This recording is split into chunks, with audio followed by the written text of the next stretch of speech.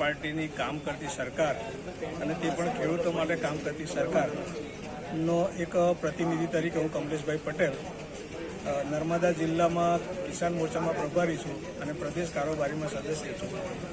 આજે જંબુસર તાલુકાની અંદર જંબુસર તાલુકાના ખેડૂતોને ખૂબ જ સારી રીતે આ સબસિડીનો લાભ મળી રહ્યો છે. ગુજરાતની સરકારનો ખૂબ ખૂબ આભાર.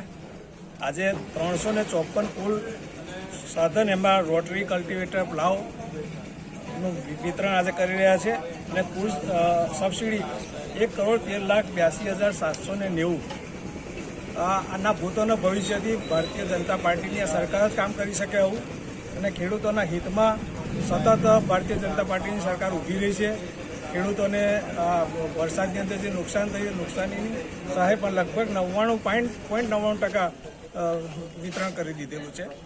એટલે ખેડૂતોની જે કોઈ સમસ્યાઓ છે એ ભારતીય જનતા પાર્ટીની સરકાર જ હલ કરી શકે એમ છે. એનો બીજો કોઈ વિકલ્પ જ નથી. નરેન્દ્ર મોદીજીની આગેવાનીમાં આ ખૂબ જ સરસ રીતે કામ થઈ રહ્યું છે. ભારત સરકારનો અને ગુજરાત સરકારનો ખૂબ ખૂબ આભાર.